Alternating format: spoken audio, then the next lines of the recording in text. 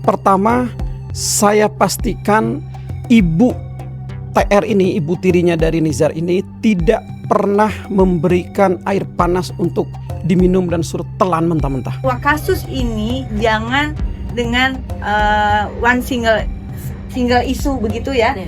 Juga bagaimana diarahkan hanya pada satu pelaku saja begitu. Oh, besinya kata Ani, Besti, tragedi naas yang terjadi pada Nizam hingga harus meregang nyawa dengan dugaan penganiayaan ibu tirinya kini makin memanas setelah ditetapkan sebagai tersangka. TR melalui kuasa hukumnya angkat bicara lantaran merasa dikorbankan dan diduga seraya memberikan kode siapa pelaku sebenarnya. Kubu TR meminta agar orang terdekat juga diperiksa, termasuk Anwar, ayah kandung Nizam, untuk benar-benar memastikan apakah dugaan ayah Nizam merupakan pelakunya bisa benar-benar terusut. Dugaan saling tunjuk antara ibu tiri Nizam dan juga Anwar, ayah kandung Nizam pun seraya terlihat, di mana sebelumnya menurut ayah Nizam kondisi Nizam itu sehat saat kembali dari pesantren. Kini melalui kuasa hukumnya saat diwawancara tim Ray-Ban Entertainment, TR justru membantah. Disebut kuasa hukumnya, TR justru mengatakan kalau ia yang merawat Nizam saat kembali dari pesantren lantaran kondisinya tidak sehat seperti yang diungkap oleh Anwar. Saya juga kemarin kan komunikasi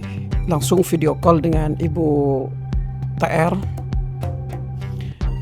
yang hasil dari analisa kita, hasil dari komunikasi kita itu tidak seperti yang diberitakan oleh media, tidak seperti yang booming di media, tidak seperti yang viral di media.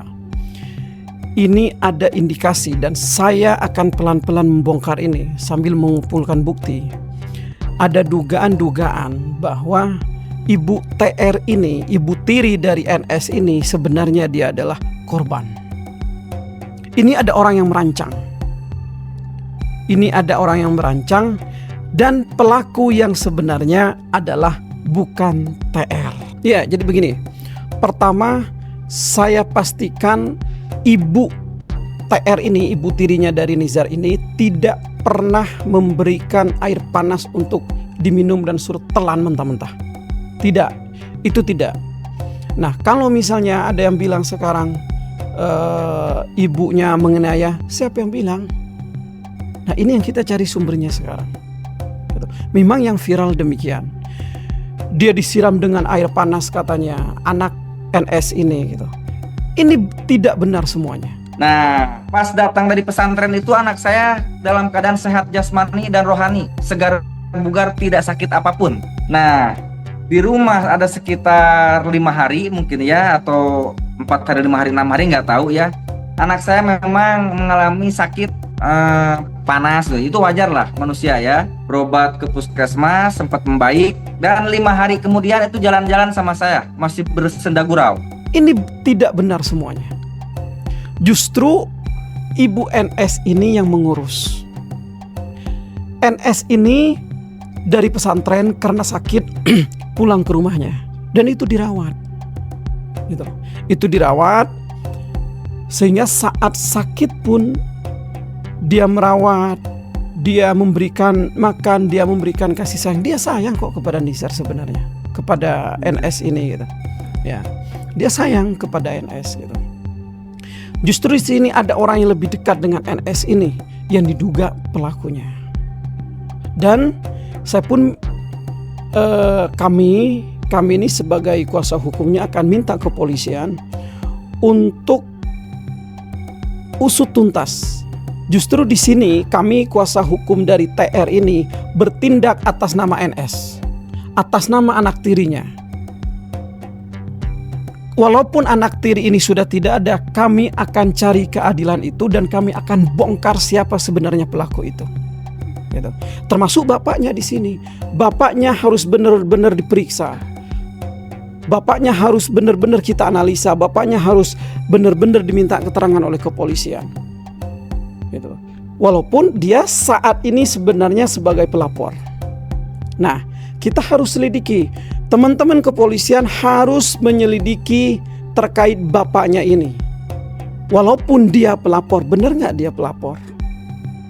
Ada dugaan nggak dia melakukan? Ada dugaan nggak dia sebenarnya pelakunya?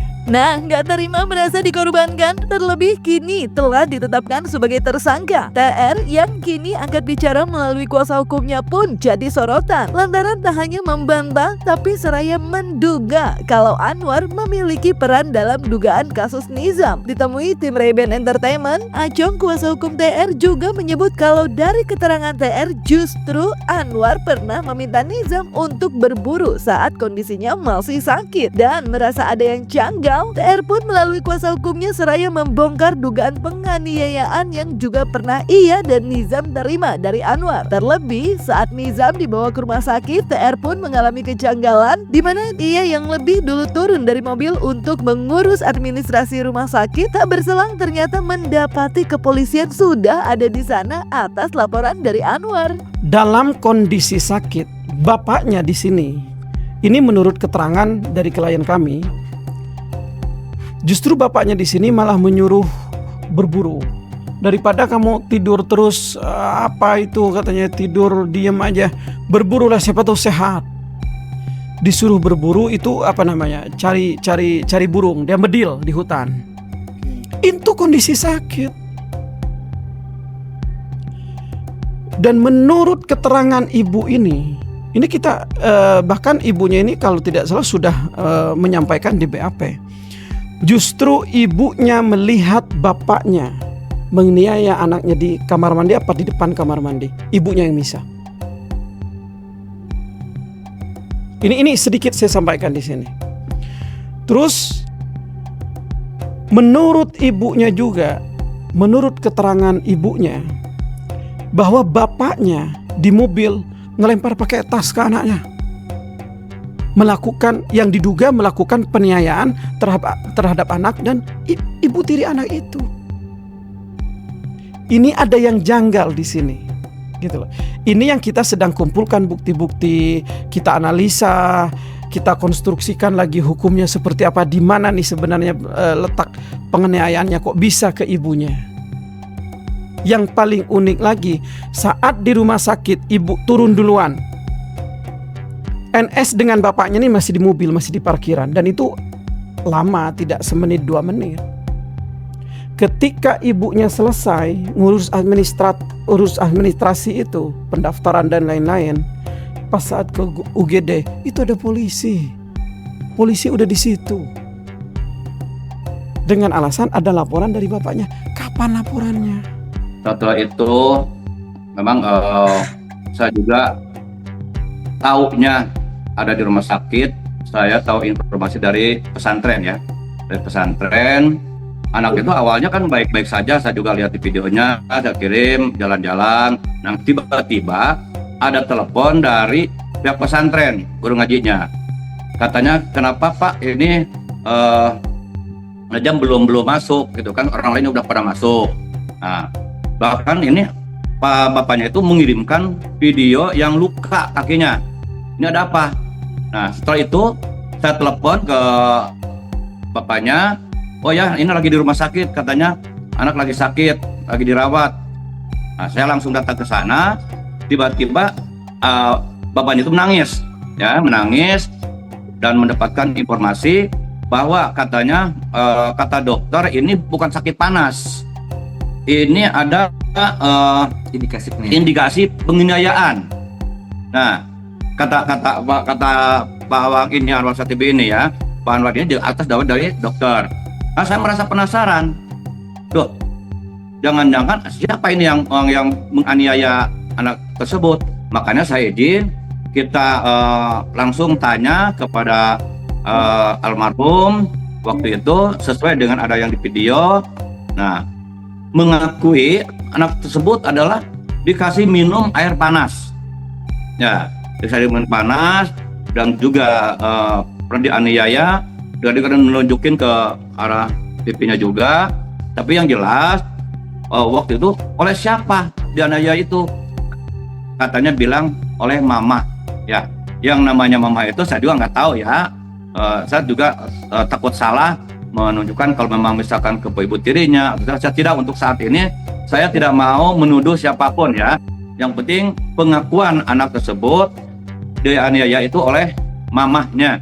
Nah, yang mamah yang mana kan nggak tahu ya. Polemik dugaan saling tuding di kasus Nizam ini memang makin memanas aja ya Besti. Terlebih Lisnawati, ibu kandung dari Nizam yang telah melaporkan dugaan penelantaran anak terhadap ayah Nizam, justru seraya ditantang balik oleh ayah Nizam dengan siap menuntutnya balik. Lantaran menurutnya ibu Nizam diduga telah memberikan statement bohong terkait ia yang memutus komunikasi dengan Nizam. Geram dengan hal tersebut, Anwar pun justru membongkar kalau Lisna yang tak pernah datang menjenguk Nizam. Nah, mengetahui bantahan tersebut, kini kubu Lisna pun berharap agar tidak menarik mundur ke belakang, namun fokus ke depan untuk mengungkap tragedi di balik kematian Nizam sebelum meninggal ada dalam pengasuhan siapa Cenah. Dia bagaimana prosesnya daripada kematian. Tapi yang jelas bahwa sudah terbukti dua alat bukti yang dimiliki oleh penyidik, baik itu saksi, baik keterangan yang lainnya, telah dibuktikan ya kan oleh penyidik bahwa siapa pelakunya, gitu loh, siapa pelakunya.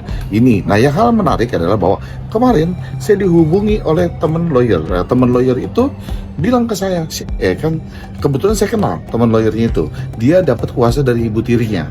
Loh, saya bilang, oke, kalau gitu minta ketemu dong bro. Katanya, oke, dalam rangka apa ketemu? Bahwa dia bilang ini dilakukan bukan hanya oleh ibu tiri.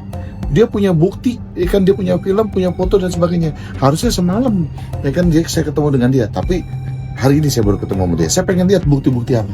Dari KPAI tadi kan menyampaikan kepada kita, dia mendorong kepada pihak penyidik, ya kan, dia mendorong kepada pihak penyidik untuk, ya kan, dilakukan pemeriksaan juga terhadap ayahnya.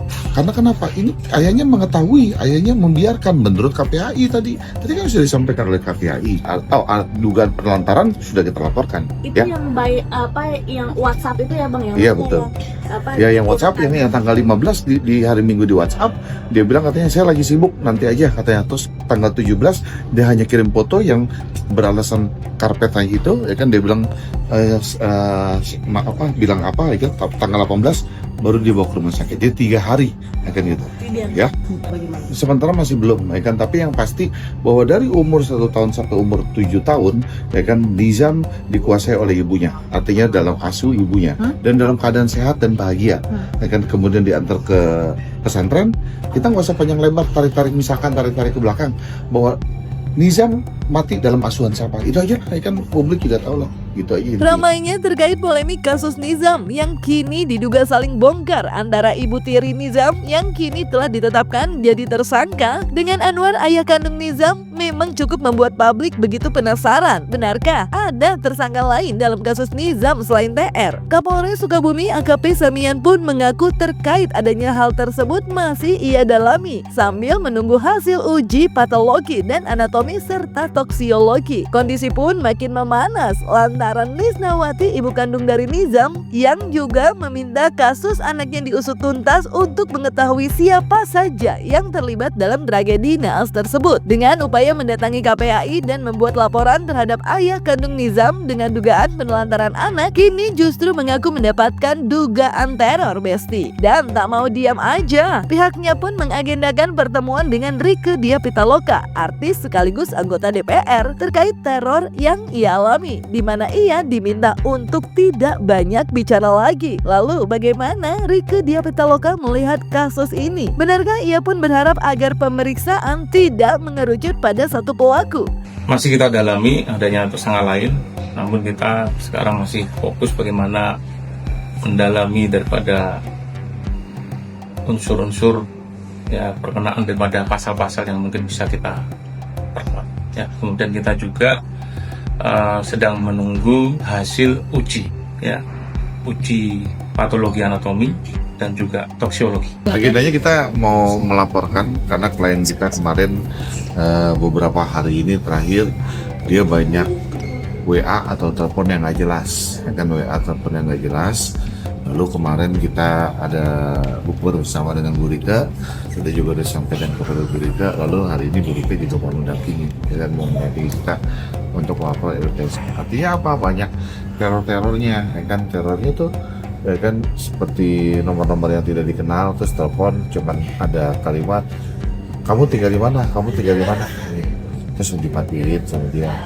Lalu ada WA, ya kan, sekarang di mana tinggalnya, gitu loh. Terus nomornya diblokir akhirnya karena banyak yang nggak kenal nomor itu. Makanya daripada kita berisiko tinggi, mendingan kita sesuai dengan amanat undang-undang kita clearance aja. Jadi artinya biar ada ketenangan juga untuk klien kan. Selain teror ada lagi Pesan sih bang? pesan mengancam Ancaman gitu. yang lain? Ya itu dia ancaman-ancamannya kan ada yang seperti tadi dikatakan bahwa teror yang tadi kan kamu tinggal di mana, ya kan jangan banyak bicara katanya, jangan banyak bicara lah gitu. Maksudnya nggak ada ancaman pembunuhan akan dibunuh atau Belum sampai ke sana, belum sampai ke sana. Saya ingin katakan dengan tegas untuk indikasi kuat pelaku KDRT tersebut tidak perlu mengancam, bahkan ancaman secara terbuka kepada ibu kandung Nizam. Ini justru memperlihatkan bagaimana saudara melakukan pengancaman terbuka ketika melarang ibu kandung almarhum untuk berbicara. Itu saja sudah pasal, ya, itu saja sudah bisa dikenakan KUHP begitu, dan terbuka. Dan saya yakin aparat penegak hukum tidak akan tinggal diam. Kasus ini jangan dengan one single isu begitu ya, juga bagaimana diarahkan hanya pada satu pelaku saja begitu. Kita meminta ini juga jadi pembuktian terhadap dimulainya dalam kasus seperti ini, yaitu KUHP baru bisa ditegakkan. Ada beberapa hal seperti dasar penganiayaan berujung kematian, dasar penganiayaan berencana berujung kematian, pemberatan hukuman karena hubungan keluarga orang tua ditambah sepertiga. Kemudian ada konsep pidana mati, tapi ini adalah upaya hukum terakhir di dalam KUHP yang baru. Selain itu, saya sangat berharap dari kasus ini jangan satu aturan hukum yang digunakan, tapi harapan kami adalah adanya sanksi berlapis, tidak hanya berbasis KUHP, tapi juga berdasarkan rujukan undang-undang kekerasan dalam rumah tangga dan juga undang-undang perlindungan anak begitu. Ya Besti, kita lihat aja nanti proses selanjutnya dalam pengusutan kasus Nizam. Semoga almarhumah mendapatkan keadilannya ya Besti, dengan terkuaknya terduga pelaku. Jangan lupa like, subscribe, komen, dan share biar bisa dapetin video berita kece lainnya cuma di Kata Ani Besti.